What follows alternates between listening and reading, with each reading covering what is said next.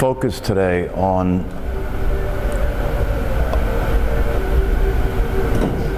a specific way of relating to meditation and mindfulness. And I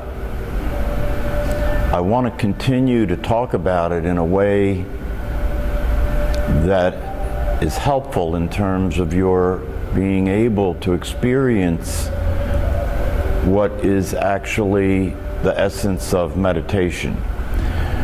And that means that rather than just staying with the initial practice, which is, as you know, relaxing the body and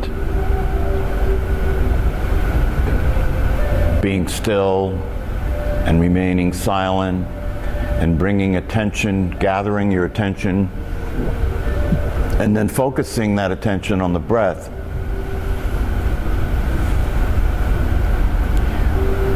It can become understood to involve that you're doing something when you meditate, and that can become an obstacle to meditation, because that's not what we're doing when we meditate.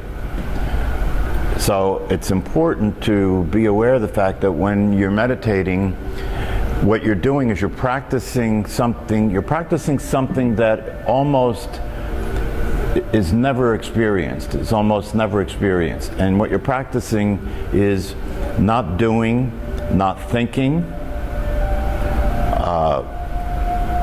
You're practicing being. And most of us aren't familiar with being. Most of us are not familiar with what it's like to experience being, just being. And when I say just being, I mean different from thinking. Most of us are so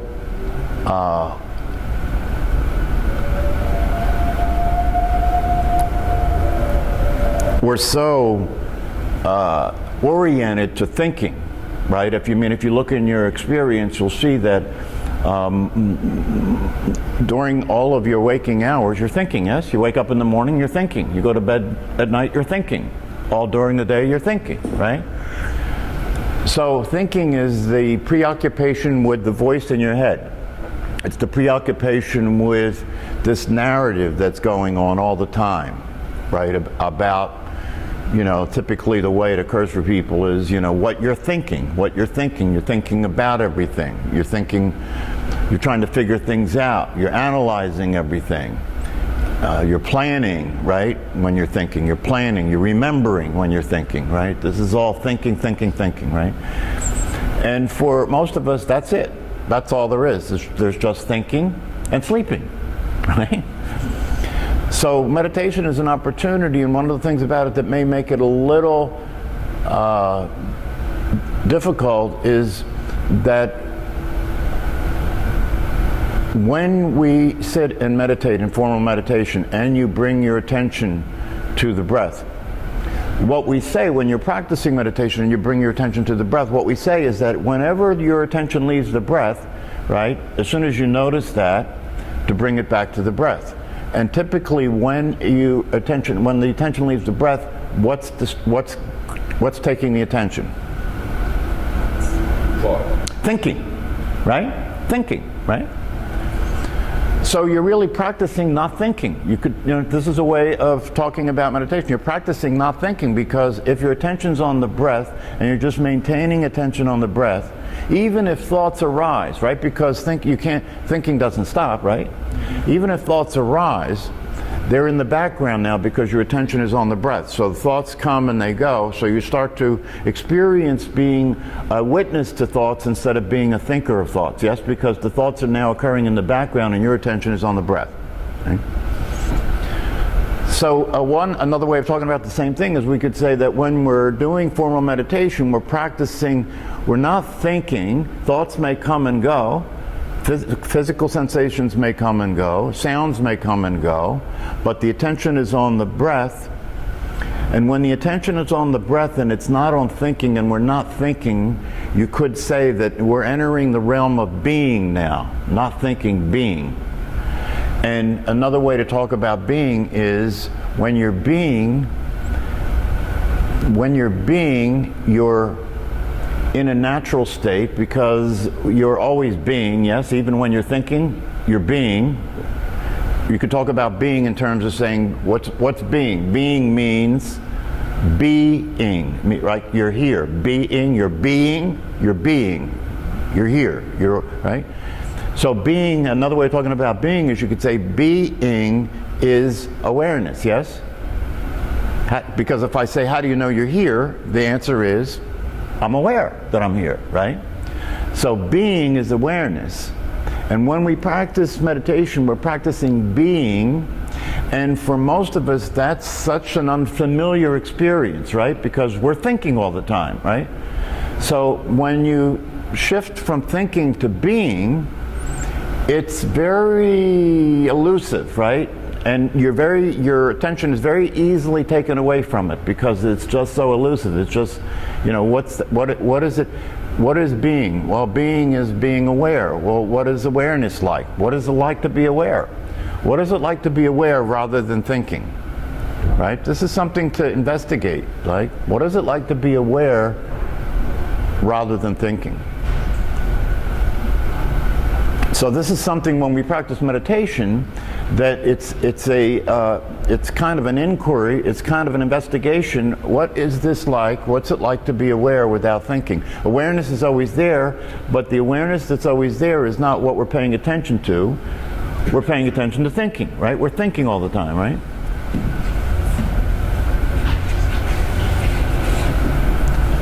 So then, when we practice, and so I'm kind of setting up a context. I'm kind of setting up when we do a practice today. I want you to see if you can approach the practice a little differently, right?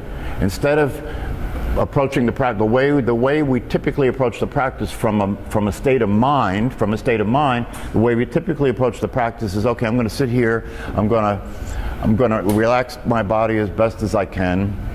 I'm going to be grounded, have the attention in the soles of my feet to ground myself, to ground the energy, and then I'm going to draw my attention in from it being totally out there, related to everything that's going on. I'm going to draw my attention in, and I'm going to focus my attention on my breath.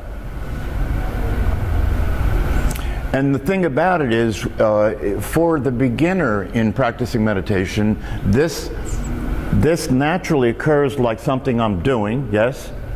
And not only does it occur like something I'm doing, but it occurs like something that requires that not only am I doing, but I need to kind of effort, right? I need to make an effort. So I'm not just doing something, but I'm efforting, I'm making an effort, right? And I can tell when I look around the room when we're practicing, I can look at people's faces and I can see the efforting going on, right? If somebody's face looks like this, right? It almost like is disturbing to look at, right? Because you're supposed to be being, and being is effortless, right? Being is effortless because you're always being. And it's effortless, right? So if you're straining like this, I know you can't be being, right? You're trying, right? You're efforting, right?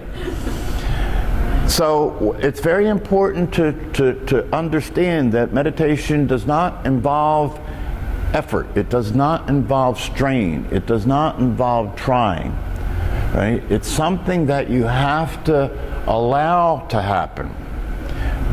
Because being is always there. Awareness is always there, right? So what do you have to do to be aware? Nothing, right?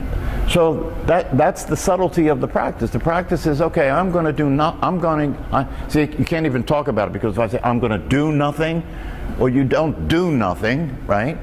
You just allow nothing to be the experience that you're having. You're already having it, right? So you don't have to do anything to have it. All you have to do is notice that you're aware, yes?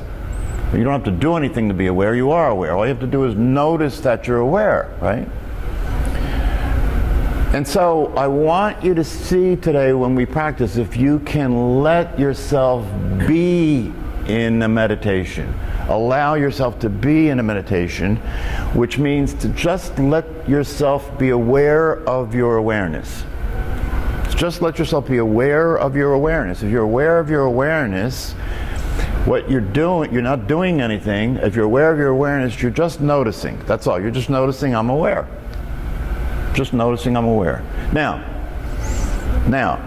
So now we get into what is meditation for, right? And this is another thing that's very important to be clear about, right? Because left to your own devices, right? Left to our own devices, if I leave you to your own devices to meditate, you won't meditate. You will strain yourself, you'll try to meditate, you'll be paying attention to time, right? And waiting to see when it's going to be over, right? Like that. So it's very important to understand that when we meditate, we're just simply being there. Just simply being there. And it's something that is, you're already aware, you're already being. So the way that happens is you just notice it. No effort is involved. You just notice it. In fact, it's letting go, right? It's not doing anything. It's letting go of doing anything. It's letting go of being the thinker. It's letting go of trying to do anything. So see, it's the opposite of doing. It's letting go of doing, right? And then when you get to this being, we want to talk about what meditation is for. And meditation is not an end in itself. It's not an end. A lot of people have a misunderstanding that meditation, if I just meditate, something's going to happen. It's going to take me somewhere. It's going to do something. No, meditation is not an end in itself. It's a tool. We're using this. We're using this to do something, right? So now, what are we using this to do? Are we using this to change anything? No. So it's very important to be clear about this, right? When we meditate, we are not... Now, we can say that, right? But when you meditate, I'll bet you that if you really look and see what's going on, you do hope that something changes when you meditate, don't you? Right? It's insidious, you know? We can sit here and agree that when you meditate, it's not about changing anything. We've talked about that, right? Meditation is not about controlling anything, and it's not about changing anything, right? But your mind almost won't let you do it that way. Your mind wants something to happen. So you sit there and you meditate, and you're looking to see what's happening. Is something happening? Is something changing? Is something different? How do I know I'm meditating? Something should be different if I'm meditating, right? So this is a very subtle thing that, you say that meditation isn't about trying to change anything or control anything, and then you sit there and do that anyway, right? So you have to, because the mind, that's the way the mind works. The mind is about control. The mind is about seeking, right? It's about wanting something to be different, yes? We talk about this a lot, right? The mind is about expectations and wanting something to be different. Meditation is not that, right? So it's important to understand these subtleties. When we meditate, we're not looking for anything to be different. We're not trying to change anything. We're not trying to control anything. All we're doing is sitting there being, simply being, just experiencing awareness itself. Yes? So if we say we're not trying to change anything during meditation, what about if we think, okay, if we meditate, then things might be different in our lives? Meditation. That's right. Yeah. That's what I mean. That's the same thing. That's right. Because that was something like, I think one of your little clips from was the Rupert something. Spira. Yeah, it was really interesting. You talked about how we're all seeking things to get better, and then we turn to meditation for another. It's like another way of seeking pleasure or whatever. That's right. Using meditation, and I was like, yeah, that's true. So, That's right. That's right. What Christine said for you viewers, because people asked me to repeat the questions, right?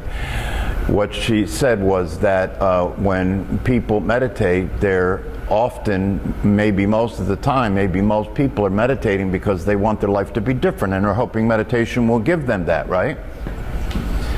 Yeah, that's right. That's what I'm talking about, right? That's what I'm talking about. That left to your own devices, that's what you're going to do. Even if you know that meditation, even if you understand that meditation isn't about changing anything, you're hoping something will change, right?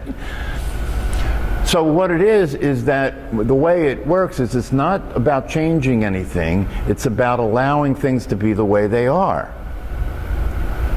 So it's very important to get the difference, right? Allowing things to be, it's a very interesting thing. Allowing things to be the way they are changes everything, right? Because mostly we don't allow anything to be the way it is. We want it to be different, right? And that causes what? Suffering. Okay, right? So it's important. This is why it's so important to learn about what we're doing when we meditate. That because the mind's got other plans, right? The mind's plan is it wants something different. It wants things to be better. It wants things to change. It wants the people around us that we don't get along with to change. It wants the politicians to stop being so corrupt, right?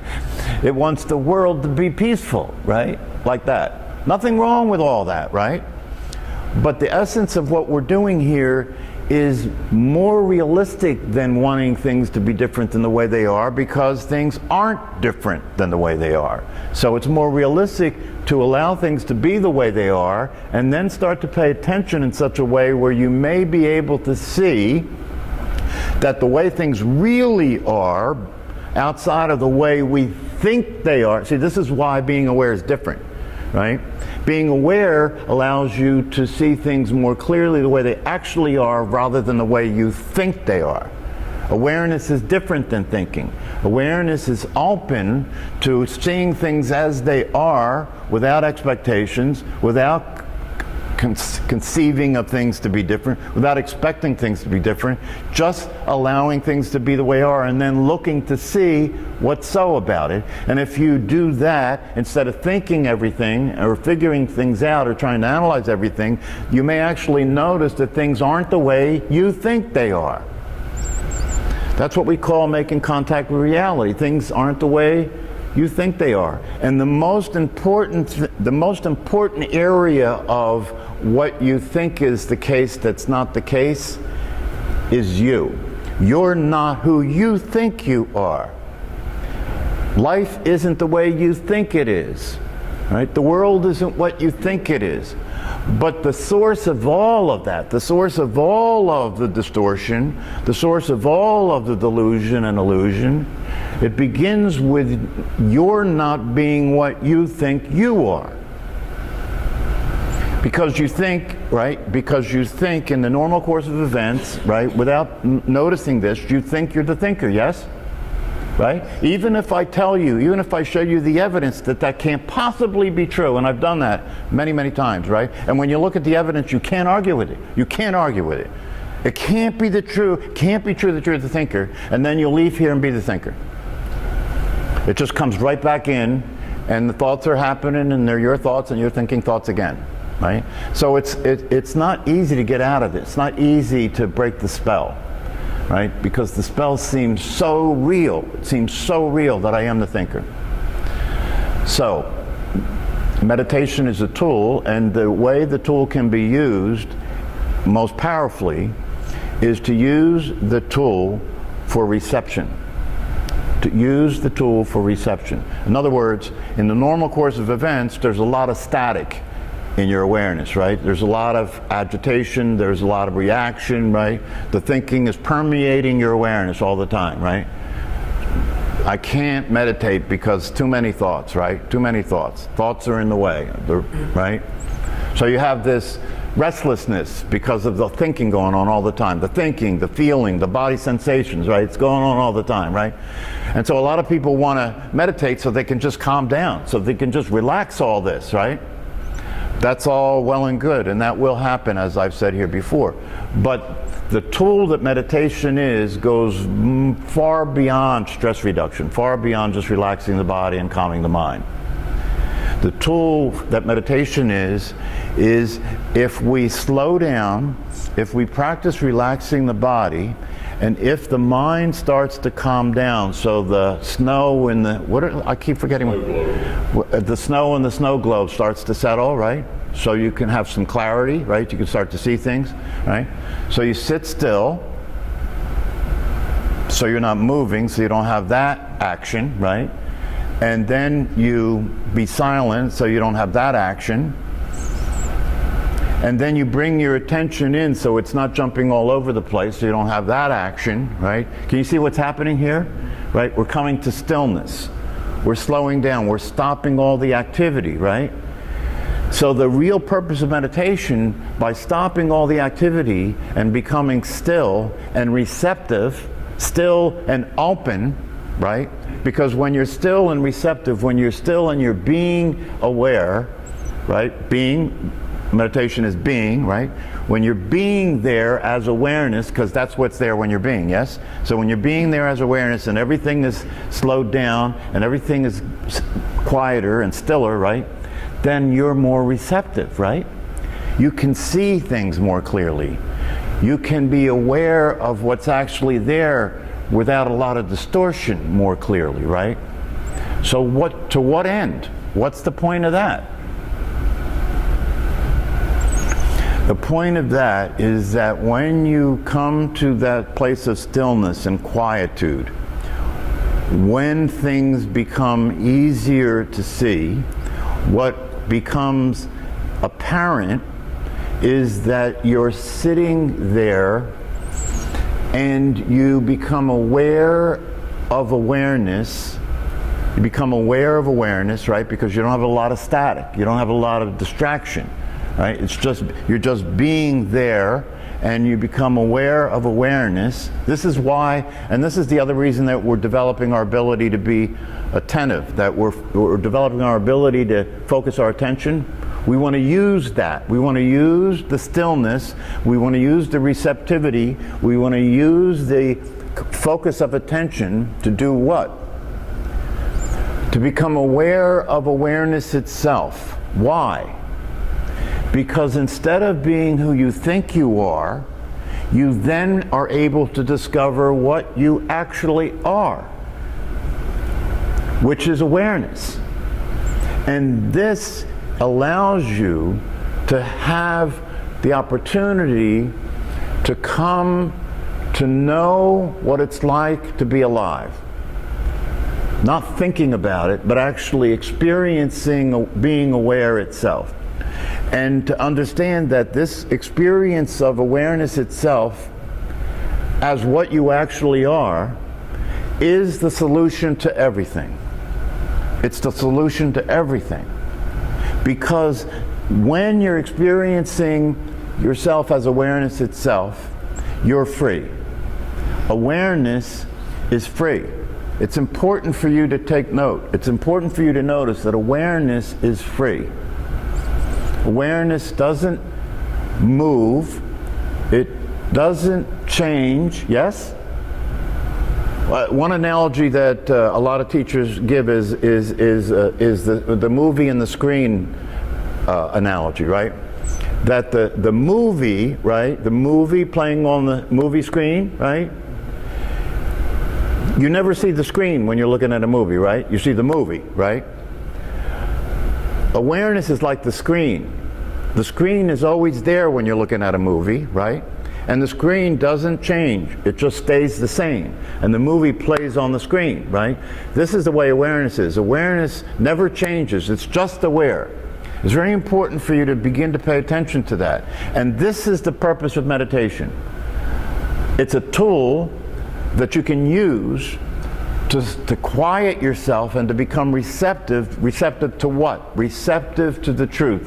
Receptive to what truth? The truth of awareness, the truth of what you actually are. And to the extent that you can begin to experience that with stability, all the things that were troubling you disappear. Because the nature of awareness is that it is not affected by anything that is occurring in it. Do you see this? Awareness is like space. It's like the sky. Whatever happens in the sky doesn't affect the sky. When a plane flies in the sky, it doesn't bump into anything, right? Awareness is similar. It's not the same as space, but it's similar in the sense that awareness is not affected by what's happening in awareness. And so in the same way, when you start to become aware of awareness as your true nature, as your actual self, then you become aware that the movie playing on the screen never changes the screen, never affects the screen. So when you're in a movie, right? When you're in a movie, you look at the movie and you become affected by the movie, right? If it's a scary movie, you get scared, right? If it's a mystery movie, you know, if it's a romantic movie, you feel romantic feelings, right? You get involved with the movie, right? You relate, you identify with the screen, you identify with the screen, you identify with the movie, right? The reason the movies work is because you can stop identifying with the movie at any point and realize you're sitting in a theater looking at a movie. It's not really happening, right? This is what makes the movie so good, because you're free to be there and let go, let yourself go and identify with the movie. That's what makes it exciting, right? But you know it's not real. You know it's not real. That's why it's safe to do that, and you can enjoy doing it, right? What if the same thing is true about your life? That if you start to experience yourself as awareness, life shows up for you like a movie that's changing all the time, right? But it's never affecting the screen, it's never affecting awareness, so you can relax and enjoy it. You can just let go. Am I making any sense here? You can just let go. The nature of awareness is that it is unaffected by the changing reality that is occurring all the time, right? And so it's stable. It's stable. It stays the same. It doesn't change. It doesn't happen in time. It only occurs in the present moment. Yes, your awareness doesn't happen in time. Doesn't change, right? And because it only exists in the present moment and it doesn't exist in time, right? You're free from everything that does exist in time, because awareness doesn't exist in time. So I'm saying this because I just want you to get a taste. I want you to get a taste of this because I want you to have an appetite for it. I want you to be interested in this, because this is what meditation is all about. This is what it's for, right? And the more you get a taste of it, the more you get involved with it, the more interested you get in it, the more curious you get about it, the more inspired you are to experience the truth of yourself as awareness, right? The more likely it is that you will make use of meditation as a way to do that.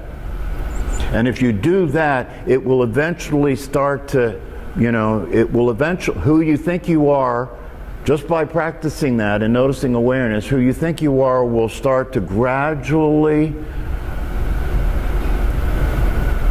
relax, and who you are will start to be more available. Who you are will be the experience that you're having of yourself.